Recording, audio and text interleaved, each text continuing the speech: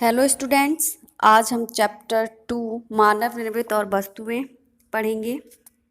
सबसे पहले प्रस्तावना के कुछ क्वेश्चन होंगे, उसे देखेंगे। पहला क्वेश्चन है हमारा, हम कहाँ रहते हैं। तो हम लोग कहाँ रहते हैं? घर में रहते हैं। दूसरा क्वेश्चन है फिर हमारा, घर किसने बनाया है। घर कौन बनाते हैं? मिस्त्री अर्थात मानव। ठीक है। उसके बाद तीसरा क्वेश्चन है हमारा, मनुष्य जो वस्तुएं बनाता है ऐसी वस्तुओं को क्या कहते हैं। तो ऐसी वस्तुएं क्या कहलाती हैं जो मानव बनाता है? वो वस्तुएं मानव निर्मित वस्तुएं कहलाती हैं। तो आज का जो हमारा उद्देश्य है वो है मानव निर्मित वस्तुएं। इसके बारे में हम आगे की वीडियो में चर्चा करेंगे। उसके बाद है हमारा मानव निर्मित वस्तुएं। प्रकृति से हमें अनेक संसाधन प्राप्त हैं, फिर भी मानव निर्मित वस्तुओं की आवश्यकता बढ़ती जा रही है। मनुष्य की प्रमुख आवश्यकताएं भोजन, वस्त्र तथा आवास हैं। इन आवश्यकताओं की पूर्ति प्राकृतिक संसाधनों द्वारा संभव है। आइए मनुष्य की प्रमुख आवश्यकता भोजन, वस्त्र तथा आवास हेतु मानव निर्मित की वस्तुएं क्या क्या हैं उनके बारे में चर्चा करते हैं।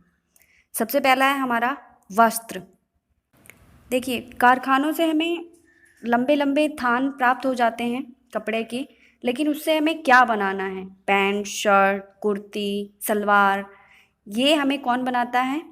मनुष्य बना के देता है। तो ये कौन सी वस्तुएं हो गई? मानव निर्मित वस्तुएं हो गई।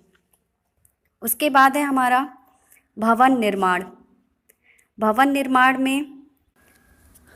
निर्माण में हमें ईंट, पत्थर, सरिया, सीमेंट, बालू, इन सब की आवश्यकता होती है। और इनमें ईंट, सरिया, सीमेंट ये सब मानव निर्मित वस्तुएं हैं। ठीक है। उसके बाद है घरेलू कार्य में। घरेलू कार्य में मानव निर्मित वस्तुएं क्या क्या हैं? जैसे कि दांतों की सफाई के लिए ब्रश, कपड़ा धोने के लिए डिटर्जेंट, स्नान करने के लिए बाल्टी, मग, सिलाई बुनाई आदि करने के लिए जो भी आवश्यक चीज़ें हैं वो कौन बनाता है? मनुष्य बनाता है। इसलिए ये मानव निर्मित वस्तुएं कहलाती हैं। उसी प्रकार से है कृषि में हंसिया, खुरपी, फावड़ा, कुदाल आदि का प्रयोग किया जाता है और ये वस्तुएं मानव बनाता है। तो ये मानव निर्मित वस्तुएं कहलाती हैं। उसी प्रकार से औषधि में है, बीमार पड़ने पर हम आमतौर पर औषधियों का प्रयोग करते हैं। मानव प्रकृति में उपलब्ध पेड़ पौधों एवं जड़ी बूटियों से निर्मित औषधियों का उपयोग सदियों से करता चला आ रहा है। आजकल अनेक रोगों से संबंधित औषधियों का निर्माण विभिन्न रसायनों से भी किया जाने लगा है। इसलिए किसी भी औषधि का उपयोग करने से पहले चिकित्सक की सलाह अवश्य लें। बिना परामर्श के किसी भी औषधि का उपयोग ना करें, वो हानिकारक सिद्ध हो सकता है। उसके बाद है हमारा संश्लेषित रेशे। नायलॉन, पॉलिस्टर, डेक्रॉन, रेयॉन आदि मानव निर्मित रेशे हैं। इस प्रकार के रेशों को संश्लेषित रेशे कहते हैं। संश्लेषित रेशे उच्च अणुभार वाले बहुलक यौगिक हैं। सूती कपड़ों को हाथ से फाड़ा जा सकता है, जबकि नायलॉन, पॉलिस्टर, टेरिलीन रेशों से बने कपड़ों को हाथ से फाड़ना कठिन होता है। ये अधिक मजबूत और टिकाऊ होते हैं। उसके बाद आता है हमारा प्लास्टिक। जैसे कि हम दैनिक जीवन में कुछ वस्तुओं का प्रयोग करते हैं, जैसे कि बाल्टी, मग, दांत साफ करने के लिए ब्रश, ये सारी वस्तुएं प्लास्टिक की बनी होती हैं। अच्छा, तो प्लास्टिक क्या है? प्लास्टिक रासायनिक रूप में असंतृप्त हाइड्रोकार्बन जैसे कि एथिलीन, एसेटिलीन आदि के उच्च अणुभार के बहुलक प्लास्टिक पदार्थ होते हैं, जैसे कि बेकेलाइट, नायलॉन, पॉलीथीन इत्यादि।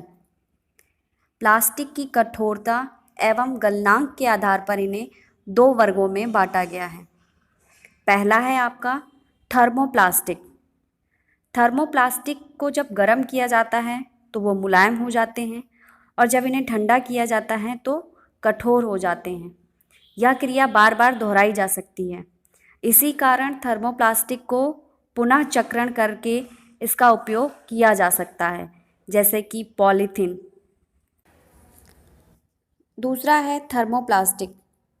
इन प्लास्टिक को गर्म करने पर मुलायम तथा ठंडा करने पर ये कठोर हो जाते हैं, खुरदुरे हो जाते हैं। बेकेलाइट एक थर्मोप्लास्टिक है। थर्मोप्लास्टिक का दोबारा उपयोग नहीं किया जा सकता, अर्थात इनका पुनः चक्रण संभव नहीं है। उसके बाद है हमारा प्लास्टिक और पर्यावरण। जब हम बाज़ार जाते हैं तो किसी भी सामान को लाने के लिए हमें पॉलीथीन की आवश्यकता होती है, जिससे हमारे घर पर पॉलीथीन इकट्ठी होती जा रही है। फिर हम यह प्लास्टिक कूड़ेदान में डाल देते हैं। प्लास्टिक का निस्तारण एक प्रधान समस्या है, अर्थात इसे नष्ट नहीं किया जा सकता। उसके बाद है हमारा प्लास्टिक का उपयोग। देखिए, प्लास्टिक का उपयोग बोतल बनाने में, कार की खिड़कियों में, खिलौने बनाने में, बर्तन बनाने में, बिजली के प्लग इत्यादि को बनाने में प्लास्टिक का उपयोग किया जाता है। उसके बाद आता है हमारा कांच। कांच का प्रयोग खिड़की के शीशे, वैज्ञानिक उपकरण तथा कांच के बर्तन आदि बनाने में किया जाता है। कांच की पारदर्शिता के गुण के कारण इसका उपयोग प्रकाशिक एवं लेंस के निर्माण में किया जाता है। कांच के गुणों के आधार पर इन्हें 3 वर्गों में बांटा गया है। सबसे पहला है हमारा साधारण या मृदु कांच। इनका उपयोग बोतल और परख नली, खिड़की के शीशे आदि बनाने में किया जाता है। दूसरा है हमारा कठोर कांच। कठोर कांच का प्रयोग बीकर या फ्लास्क बनाने में किया जाता है। उसके बाद है तीसरा फ्लिंट या प्रकाशिक कांच। इनका प्रयोग हम प्रकाशिक यंत्र बनाने में करते हैं और चश्मों के लेंस में भी फ्लिंट कांच का ही उपयोग किया जाता है।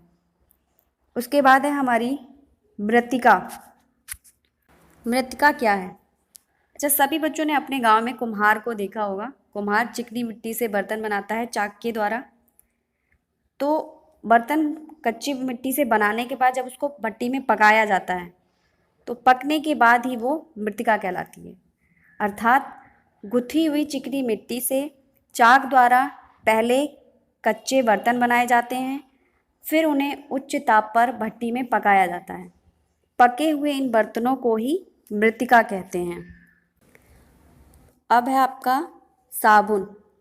साबुन क्या होते हैं? कुछ साबुन त्वचा के रोगी औषधि के रूप में प्रयोग करते हैं, जिनमें गंधक या नीम का तेल मिला होता है। अर्थात साबुन रासायनिक रूप में साबुन उच्च वसलीय अम्लों के सोडियम तथा पोटेशियम लवण होते हैं। इन्हें प्रायः सोडियम अथवा पोटेशियम हाइड्रॉक्साइड तथा वनस्पति तेल की पारस्परिक क्रिया द्वारा बनाया जाता है। उसके बाद है हमारा अपमार्जक। अपमार्जक साबुन की अपेक्षा कठोर, जल में अधिक झाग देते हैं और इनसे कपड़े अधिक साफ धुलते हैं। अपमार्जक ही डिटर्जेंट कहलाते हैं। ये है आपका पूरे पाठ का विवरण।